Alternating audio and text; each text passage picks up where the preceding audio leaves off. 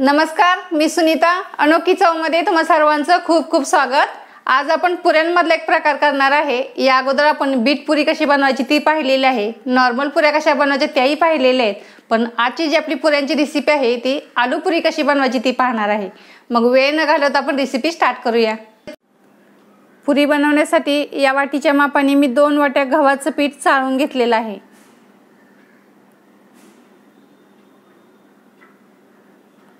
आणि आपण आलू पुरी बनवतो त्यासाठी मी 2 मध्यम आकाराचे बटाटे असे बॉईल करून घेतलेले आहेत. आपल्याला किसून हे पिठामध्ये आता मिक्स करायचे आहेत.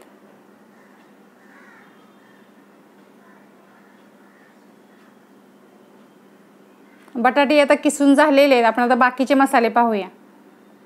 इथे 1 चमचा मी जिरे घेतलेले आहेत आणि अर्धा चमचा धना पावडर घेतलेली आहे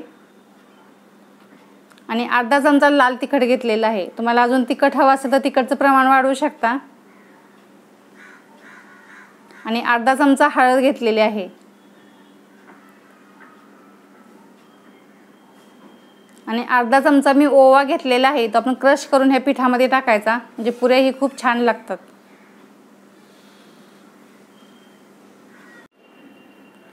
आणि यामध्ये आपण थोडीशी बारीक चिरलेली कोथिंबीर पण टाकूया आणि चवीनुसार मीठ टाकूया. आता हे सर्व टाकल्यानंतर व्यवस्थित पहिले मिक्स करून घ्यायचं. आलू पुरी खायलाही खूप छान लागते. फक्त व्यवस्थित पीठ मळून घ्यायचं. सर्व मिक्स करून झालं की मी थोडं थोडं पाणी ॲड करून आपण हे पीठ घट्टसा गोळा तयार करून घेऊया. जसं आपण नॉर्मल पुऱ्यांसाठी पीठ मिळतो तशाच पद्धतीने हे पीठ मळून घ्यायचं आहे.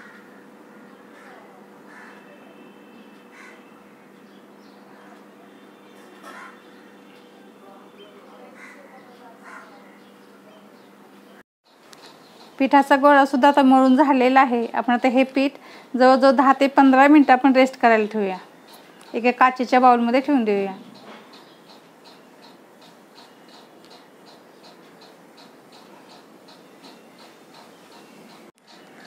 पिठाला ही रेस्ट करून आता 15 मिनिटं झालेले आहेत. आपण आता झाकण काढूया आणि पीठ कसं सॉफ्ट झालंय बघा. असं मस्त पीठ तयार झालेलं आहे. आपण आता ह्याचे थोडासा तेलाचा हात घ्यायचा आणि छोटे छोटे गोळे तयार करून घेऊया. एक तर छोट्या छोट्या पुऱ्या लाटा किंवा एक ती मोठी अशी पोळी लाटून त्याच्या पुऱ्या पाडून घेऊ शकता तुम्ही. अशा एवढ्या आकाराच्या छोट्या छोट्या गोळ्या करूया.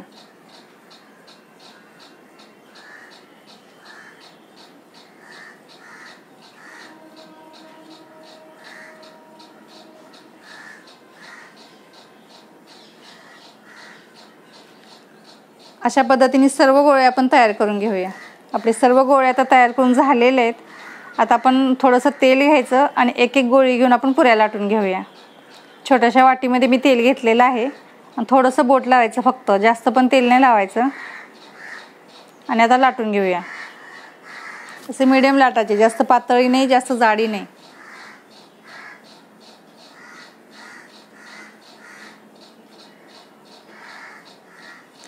या पुऱ्या खायला कोरड्या सुद्धा खूप छान लागतात. म्हणजे त्याला भाजीच पाहिजे असं काही नाही. अशा सुद्धा पुऱ्या तुम्ही गरम गरम खाऊ शकता. खूप टेस्टी लागतात. तुम्ही नक्की बनवून बघा. थोडं चिपका लागलं तर थोडंफार तेल लावा.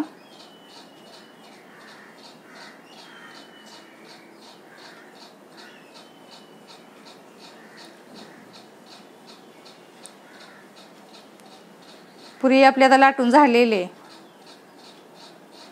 अशी गोलसर पुऱ्या लाटायच्या. आपण आता घेऊन एका ट्रेमध्ये, बघा किती सुंदर झाले, एका ट्रेमध्ये ठेवून देऊया. अजून एक पुरी मी तुम्हाला लाटून दाखवते.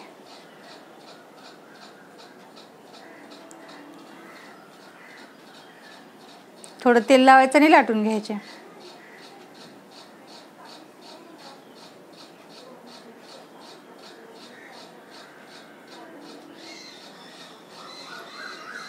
बघा ही लाटून झाली आहे. 3-4 पुऱ्या मी लाटून आपण फ्राय करून, आपण 4 पुऱ्या आता लाटून घेतलेल्या आहेत. आपण आता फ्राय करून घेऊया. त्यासाठी गॅसवरती मी ऑलरेडी पॅन गरम करायला ठेवलेला आहे आणि तेलसुद्धा गरम झाले.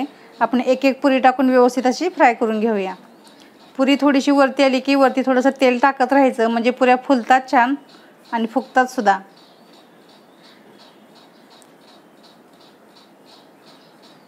कशा टम्म फुगायला लागलेत बघा, मस्त. दोन्ही साईडनी व्यवस्थित अशा खरपूस अशा फ्राय करून घ्यायच्या, जे खायलाही खूप छान लागतात।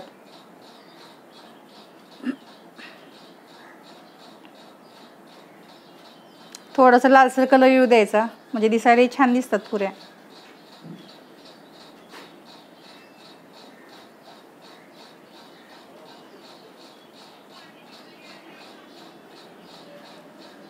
आता ही पुरी काढून घेऊया आणि दुसऱ्या पुऱ्या अशाच पद्धतीने आपण फ्राय करून घेऊया। कशा टम्म फुगल्यात बघा।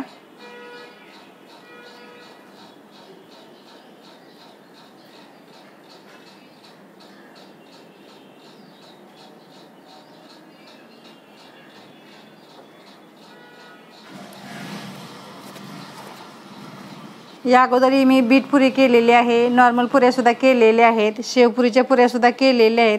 तर सर्वांच्या लिंक मी खाली डिस्क्रिप्शन बॉक्समध्ये देते, ते व्हिडिओसुद्धा तुम्ही नक्की बघा।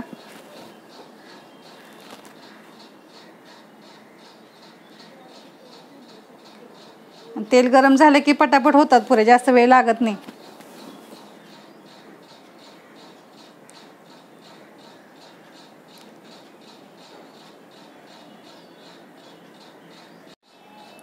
अशाच पद्धतीने बाकीचे सुद्धा पुऱ्या आपण फ्राय करून घेऊया।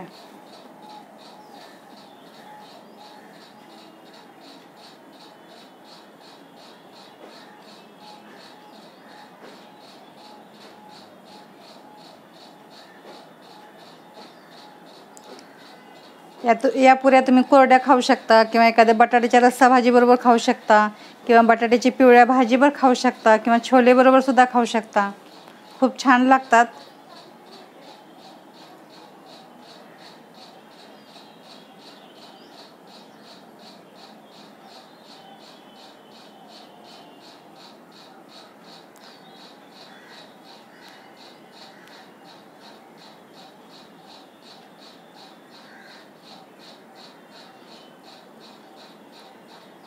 आपल्या चारी पुऱ्या आता फ्राय करून झालेल्या आहेत। बटाट्याची रस्सा भाजी मी बनवलेली आहे आणि त्याच्याबरोबर ह्या पुऱ्या मी सर्व करणार आहे। बटाट्याच्या रस्सा भाजीचा व्हिडिओसुद्धा मी अपलोड केलेला आहे, तर त्याची लिंकसुद्धा मी खाली डिस्क्रिप्शन बॉक्समध्ये देते, तिथे जाऊन तुम्ही हा व्हिडिओसुद्धा बघू शकता। आणि लास्टपर्यंत व्हिडिओ बघितला त्याबद्दल धन्यवाद। आपली आलू पुरी आता तयार झालेली आहे आणि नेहमीप्रमाणे या व्हिडिओ जर आवडला असेल तर लाईक करा, शेअर करा आणि कमेंटसुद्धा करा। आणि असंच आपण पुन्हा भेटत राहूया अशाच वेगवेगळ्या रेसिपी घेऊन। तोपर्यंत गुड बाय।